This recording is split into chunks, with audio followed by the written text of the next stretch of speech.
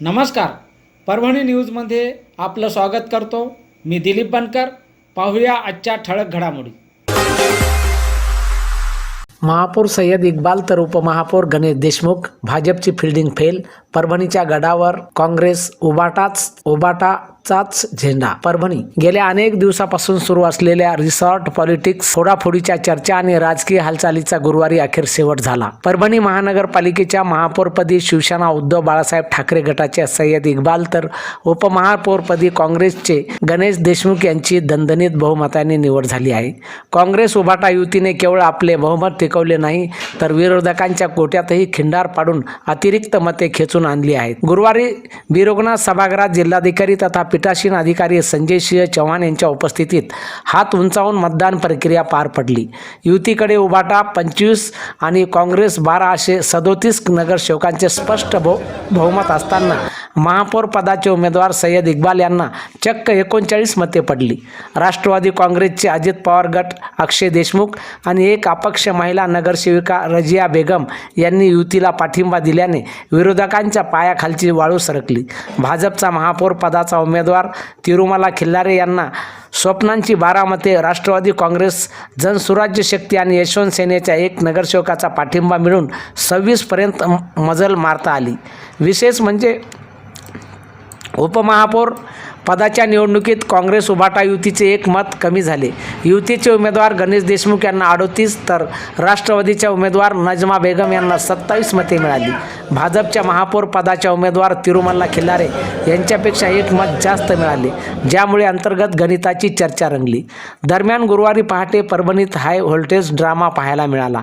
हैदराबादमध्ये असलेले काँग्रेसचे नगरसेवक एकाच वेळी शहरात दाखल झाले. हॉटेल मोरया लॉन्स येथे दोन्ही पक्षाची संयुक्त बैठक झाली आणि त्यात सय्यद इक्बाल व गणेश देशमुख यांच्या नावावर शिक्कामोर्तब करण्यात आला. इथूनच विजयाचा आत्मविश्वास घेऊन युतीचे शिलेदार थेट महापालिकेत धडकले. सबसे पहले मैं अल्लाह रब्बुल इज़्ज़त का शुक्रिया अदा करना चाहूँगा, साथ ही साथ खासदार साहब, आमदार साहब और जितने हमारे नगर सेवक और जितने शहर के अवाम हैं, उन्होंने हमारे पे भरोसा जता कर ये पद पे हमको नवाजा है. मैं अल्लाह रब्बुल इज़्ज़त का शुक्रगुज़ार हूँ. और जिस दिन से प्रचार चालू हुआ था मैंने एक स्टेटमेंट दिया था कि शहर हमारा है और इंशाल्लाह मेयर भी हमारा रहेगा. आज वो बात पूरी मुकम्मल हो गई.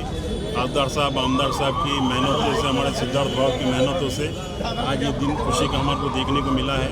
और हमारा जो विजन है कि शहर के अंदर बहुत सारे प्रॉब्लम है, बारिश का पानी जमा होता है, कचरे का इशू है, कचरे का बहुत सारा बिल पेंडिंग है और महानगर पालिका पे 80 से 100 करोड़ के आसपास कर्जा है. अभी आते हम लोग कुछ टाइम लेके इसको कैसा दुरुस्त कर सकते हैं उसके वास्ते हम लोग कोशिश जद्दोजहद करेंगे. और आपके चैनल के माध्यम से शहर के तमाम शहरवासियों का मैं शुक्रिया अदा करता हूँ. एक्चुअल में 3 साल से प्रशासक के पास महापालिका थी. अभी हम लोग बैठे हैं. सबसे पहले वही टेंडर निकाल के जो शहर के अंदर कुत्तों का प्रमाण, पागल कुत्तों का प्रमाण बढ़ गया है, उसको कैसा यहाँ से शहर से कम कर सकते हैं उसके वास्ते हम लोग फर्स्ट प्रायोरिटी में कोशिश करेंगे.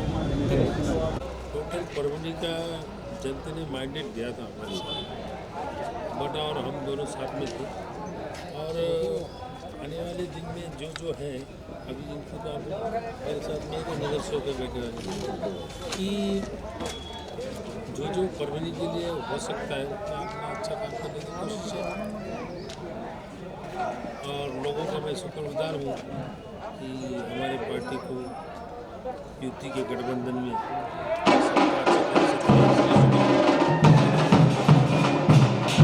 जरी आम्ही सत्तेत नसलो तरी सर्वसामान्य जनतेची नाळ आम्हाला माहिती आहे. सर्वसामान्याच्या अडचणी काय आहेत, आम्ही कोणत्या टोकापर्यंत जाऊन सर्वसामान्यांचे काम करतो याबद्दल आम्हाला विश्वास होता.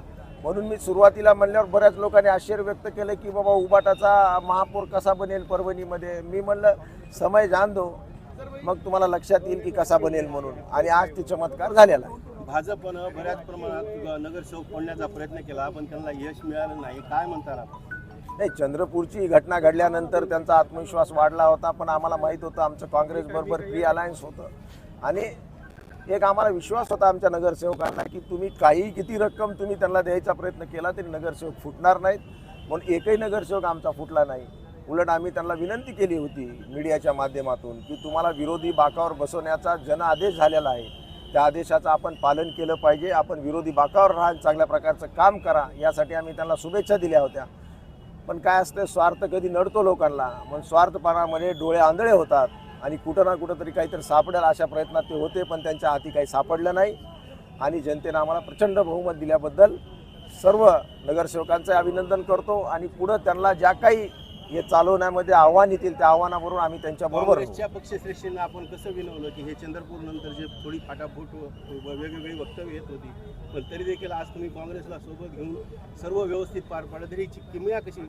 एक आहे, त्यांचे राष्ट्रीय नेते आमचे सिद्धार्थ भाऊ इथंच आहेत. आम्ही त्यांच्या माध्यमातून त्यांचे प्रदेशाध्यक्ष सपकाळ साहेबांना बोललो. केंद्रामध्ये त्यांचे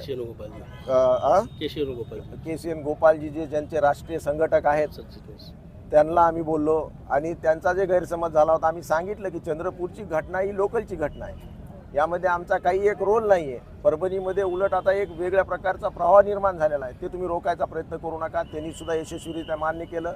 रात्री 2 वाजेपर्यंत आम्ही फोनवर बोलत होतो आणि काँग्रेस पार्टीने मोठं मन करून आज या निमित्तानं आम्हाला सहकार्य केलं आणि दोघांच्या महाआघाडीनं आज इथं विजय प्राप्त केला. महापौरपदी तरुण मुस्लिम चेहरा आपण दिला, काय यामागचं गणित आहे आणि काय भावना आहे? मुस्लिम चेहरा आम्ही फक्त सक्षम कोण आहे हे बघण्यात आलं. सक्षम चेहरा आम्ही दिलेला आहे. या परभणी शहरातून जातीवाद नष्ट करून विकासाची गंगा आणण्याच्या संदर्भामध्ये आम्ही प्रयत्न करणार आहोत. आणि शेवटी तुम्ही जसे म्हणले की बा जातीय व्यवस्थासुद्धा किंवा एक स्टेबल राहावी, यासाठी पुढच्या वेळेस आम्ही निश्चितच हिंदू महापौरसुद्धा देण्याचा प्रयत्न करू. आपण छत्रपती संभाजीनगर पाहिलं, मुंबई पाहिलं की मुस्लिम नगरसेवक एकीकडे दिसत होते, हिंदू नगरसेवक, पण इथं जी किमी आहे की हिंदू मुस्लिम एकत्र दिसले, त्याचं काय विस्तार म्हणतात? सर्व धर्मसमभाव ज्याला म्हणलं जातं, ज्याला आपला देश संपूर्ण जगामध्ये प्रचलित आहे, ते खऱ्या अर्थानं परभणीमध्ये सुरुवात झालेली आहे. जातीपातीच्या राजकारणापासून आम्ही सुरुवातीपासून कोसो मैल दूर आहेत आणि आज हे सिद्ध केले आम्ही की तुम्ही जर काम करणार असाल तर जातीबद्दल द्वेष निर्माण करून तुम्ही सत्ता प्राप्त करू शकत नाही, तर तुम्ही लोकांचे प्रश्न सोडून सुद्धा सत्ता प्राप्त करू शकता. हे आज परत एकदा सिद्ध झालं. भाजपच्या हिंदू मुस्लिम राजकारणाला हा चेकमेट आहे का? 100% हा चेकमेट आहे आणि यानंतरच्या काळामध्ये सुद्धा अशाच परभणीचा विकास होईल. सर्व जाती धर्माच्या लोकांना घेऊन जाण्याचा प्रयत्न केला जाईल. आज सुद्धा तुम्ही पाहता 25 नगरसेवकामध्ये आमचे हिंदू नगरसेवक सुद्धा आहेत, मुस्लिम जवळपास 12-13 आहेत, हिंदू जवळपास 10 आहेत, दलित चेहरेसुद्धा आमच्याकडे सक्षम चेहरे आहेत.